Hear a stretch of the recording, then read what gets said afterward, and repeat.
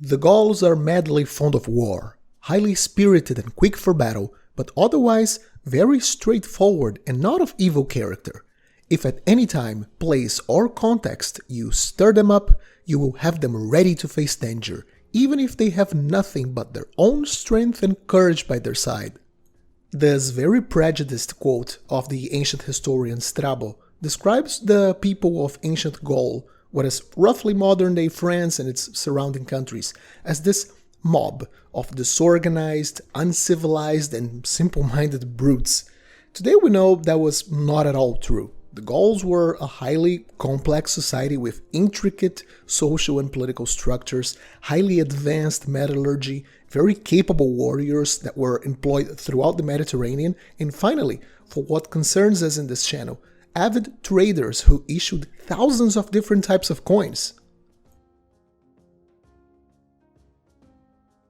Today let us have a look at the coins issued by the Gauls. We're going to look into some basic concepts of Gallic society and their economy, understand how coins were introduced in their region, and finally, look at examples of coins struck in different areas of Gaul, and how the mix of foreign coinage and local Celtic art gave rise to their very unique numismatic legacy. Let's get started. First of all, who were the Celts and who were the Gauls? These terms are somewhat intertwined, but we need to make a differentiation here. Every Gaul was a Celt, but not all Celts were Gauls. What we call the Celtic peoples was a large collection of Indo-European peoples who occupied Western Europe and the British Isles in the Iron Age, while the Gauls are restricted to the geographic area roughly equivalent to what is France and Belgium today. Even the term Gaul is a bit of a blanket term as well, although it helps us narrow down the subject we're trying to study to a more manageable geographic region. The region that the Romans called Gallia was composed of multiple different tribal territories with somewhat similar cultural, artistic, and genetic links. This was not at all a unified political entity. These tribes traded and warred with each other nearly as much as they did with other peoples. Sometimes they banded together in federations when bigger external threats arrived, such as the famous Gallic Wars in the 1st century BC, when Julius Caesar finally swooped in and conquered the whole region. Many Gallic coins draw inspiration from coins struck by Mediterranean civilizations, in particular the Roman Republic, the Greek city-states of what is today southern France and northeast Spain, as well as Macedonian coins. Gallic tribes often traded with them and offered their services as mercenaries. They were, of course, paid in coin, with these imported coins serving as a model for the eventual appearance of the first native Celtic coins of Gaul around the 3rd, 2nd centuries BC. These very abstract-looking coins are visually a mix between the initial models of Greco-Roman coins and their native Celtic art. Due to this politically fragmented organization of the Gallic tribes, the variety in designs is really impressive, with each tribe striking its own kinds of coins in their own weight standards. The best way to illustrate this is to check out the variety. Let's go over different types of coins, point out where in Gaul they come from, and explore a bit of the historical context of each coin so we can understand why they look the way they do. To start, let's look at an early design. Coins from northern Gaul draw heavy inspiration on gold staters and tetradrachma struck by the Greek kings of Macedon, in particular those struck under Philip II. The Celts were feared warriors, respected all over Europe, and they were often hired by the Greeks as mercenaries. Once these mercenaries returned home, the Greek coins put in circulation in Gaul would soon start to be copied by the local tribes, giving rise to these wonderful designs. Here we have a quarter of a gold stater, struck around the 2nd century BC by a tribe called the Veneti. On the obverse we have a male bust looking right, inspired on the gold staters of Philip of Macedon that depicted the head of Apollo. The engraver for this die must have considered that just the head of Apollo was a bit of a boring design, as he decided to add a series of, I can only describe it as tentacles, coming out of Apollo's head and filling out the rest of the fields around the bust. Quite cool. On the reverse, we have a reinterpretation of the original stator design, which depicted a charioteer driving his biga.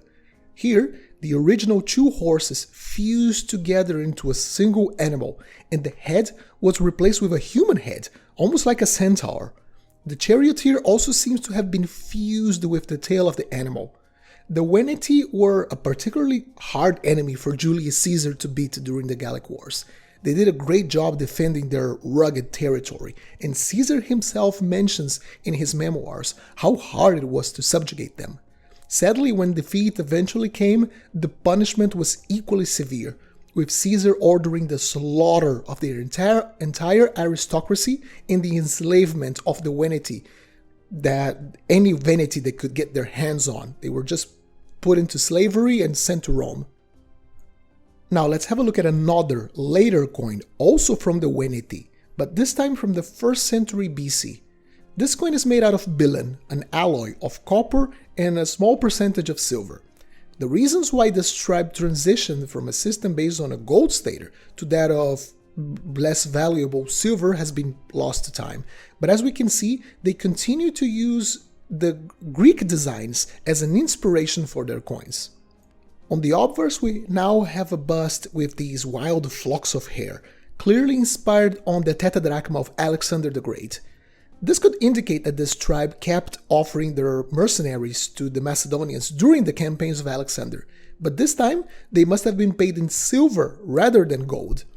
A small detail I love about this reinterpretation here are the little circles around the pseudo-Hercules that we have here in the original coin. Hercules wears the skin of the Nemean lion as like a piece of headgear, but his flocks of hair, like his unkempt flocks of hair, are often shown coming out of the lion's skin. The engraver noticed this detail and reinterpreted it as like little circles around the bust. I really like this. The reverse is inspired on a tetradrachma of Philip II rather than Alexander. In the original Greek model, these feature a young nude man riding a horse, but here we have once more horse and rider fused together with this centaur-esque creature. This example goes one step further in its abstraction, however. While in the previous stater we could still make out the full body, the full volume of the centaur, here the body is starting to degenerate into disconnected shapes. On the drawing I'm putting on the screen, it's easy to see the head and the legs in particular are already separated from the torso. We also have this lovely roundel design under the centaur, leaving no empty space on the flank. It's quite creative. Now let's head to southern Gaul. Due to the proximity of these tribes with the Greeks and the Romans, their coins are quite similar to the local Greek drachma and Roman Republican denarii, with silver being the predominant metal here. You don't see much gold in southern Gaul being used as money, at least. What we have here is a charming little drachma of the Tolosates, a tribe located on what is modern-day Toulouse. The Tolosates must have had strong commercial ties with the Greek colony of Rhodas in modern Spain during the 1st century BC. The drachma struck by this city featured on the obverse a bust of the goddess Persephone, while on the reverse it featured a rose, like a rose seen from above. So our Celtic friends here came up with their own little version of this drachma.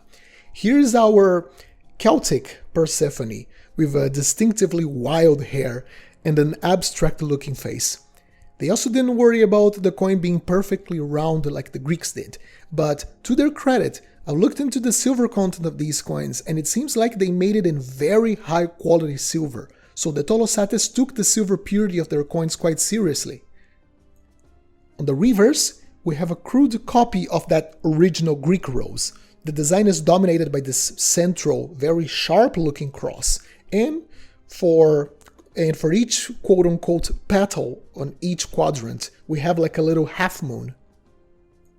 Prior to the complete subjugation of Gaul by Julius Caesar in the 1st century BC, the Celts closest to Italy were conquered by Rome in the 2nd century BC and annexed to a newly created province called Gallia Transalpina. Reduced to tributary status, tribes such as the Allobroges, located close to modern-day Vienne, right next to the French Alps, struck coins in the style of their new Roman overlords. Here's a silver unit struck around the year 75 BC. From its weight of 2.15 grams, this is likely the equivalent of a Roman quinarius, so half a denarius. The obverse is a clear copy of the common Roman denarius type, featuring the bust of Dea Roma wearing a helmet. So that's what we have here, a stylized Roma with the legends Durnacos, likely the name of a local leader who issued this coin. Heading to the reverse, we have this very finely sculpted image of a galloping horseman holding his spear. This type is most likely inspired on the Castor and Pollux type of Roman denarii, featuring the two divine twins riding their horses, although in this case, we only have a single rider. I like how the die engraver took a couple of artistic liberties when replicating this design, such as making the rider wear a flat brim hat, like a cowboy. Once more mentioning the Gallic Wars, out of all the peoples of Gaul, Caesar mentions the Belgae, a series of tribes living on northeastern Gaul, as the bravest and best warriors of all of the Celts. Much of that assessment comes from their geographical distance to the, let's say, civilizing influence of Rome and Greece, and the proximity to the Germans, who Caesar considered the epitome of barbarism. Despite being so distant from the more monetized communities of the Mediterranean, the Belgae also had a pretty complex monetary system. Let's look at some examples from the time of the Gallic Wars. We start with the Ambiani. The coins of this tribe have been found as far away as the outskirts of Paris and the British Isles, showing they must have had quite a complex trade network. The fact their precious metal coins are also rather common if compared to other tribes indicates they were also relatively prosperous, either by trade or tribute from its neighbors. Despite some initial resistance to the Romans, they decided to surrender to Caesar once his troops proved too strong for them to face. Some of their gold staters, like this one we're looking here, are uniface, meaning they only have designs struck on one side, leaving the other one, as we can see, just completely blank. On the other side, we have a highly stylized horse. The very first Ambiani gold coins also copied the Macedonian types, so for this particular example, struck around the year 50 BC, we can see the result of nearly 300 years of copying of the original design. Generations of engravers added their little personal touches and changes to the design, leading to this horse made out of geometric shapes. The charioteer to the left is gone, it's no more, and it's replaced by a series of pellets and shapes. And at the bottom, the original letters of the Greek word Philip became another geometric pattern. Now let's look at a coin from the Suessiones. So far I've only shown you precious metal coins, but the Gauls also made base metal pieces for local circulation. These smaller value denominations were generally cast, so they weren't struck like most ancient coins. This manufacturing method was less labor intensive and very cheap alloys were used. This coin is made out of a material called potin. Potin means pot or pan metal in French, basically scrap metal. Copper, scraps of tin, lead, lots of lead were generally used. These low-value denominations start appearing around the time of the 1st century BC and represent a sign of an important change in Gallic society. You see, when a civilization's coinage is made up entirely of very high-value coins, such as important silver and gold staters, this generally represents that commerce is restricted to the elite.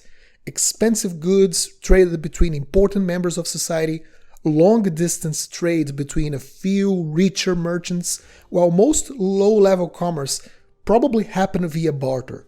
The very first coins struck by the Lydians, for example, in the 7th century BC, the first Greek and Persian coins were exactly that, high-denomination coins meant for the elites and the army.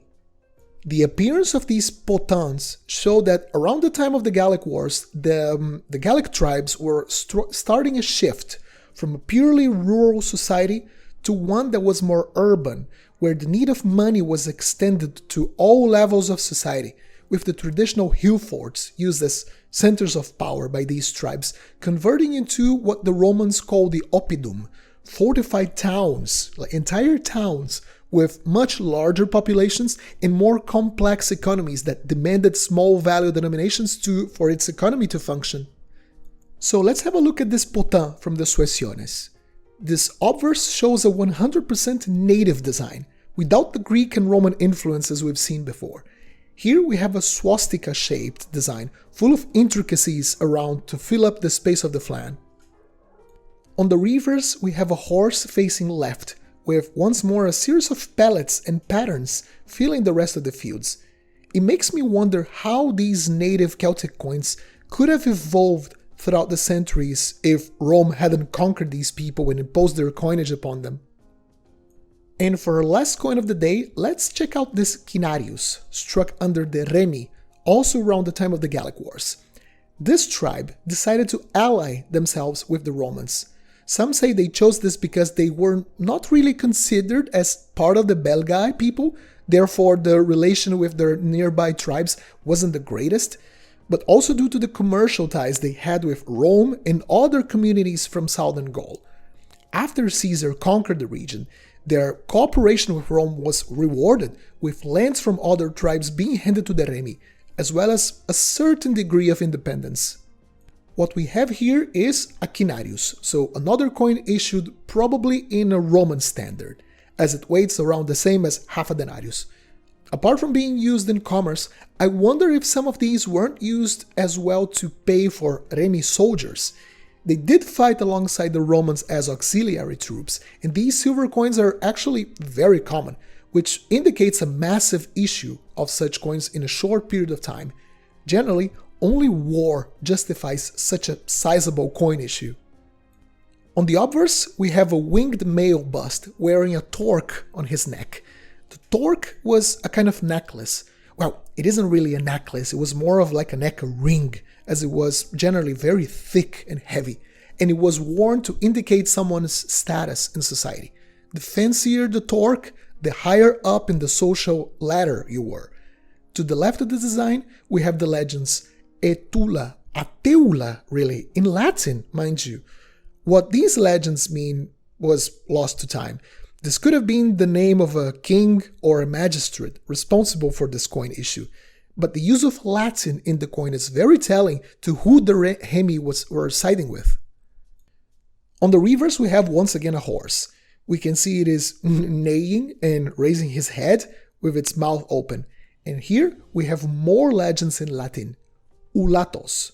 Not all Gallic tribes were ruled by kings. Many were oligarchies, ruled by a council of elite members of society, with this elite circle electing a ruling council. Some tribes even had a diarchy system, so a rule of two magistrates, just like the Romans did with their consular system. The Suessiones, a neighboring tribe we've seen previously, was ruled by two magistrates, so it might be indeed the case that the Remi also used the system of two pseudo-consuls, and the names on this coin reflect the name of these two chiefs.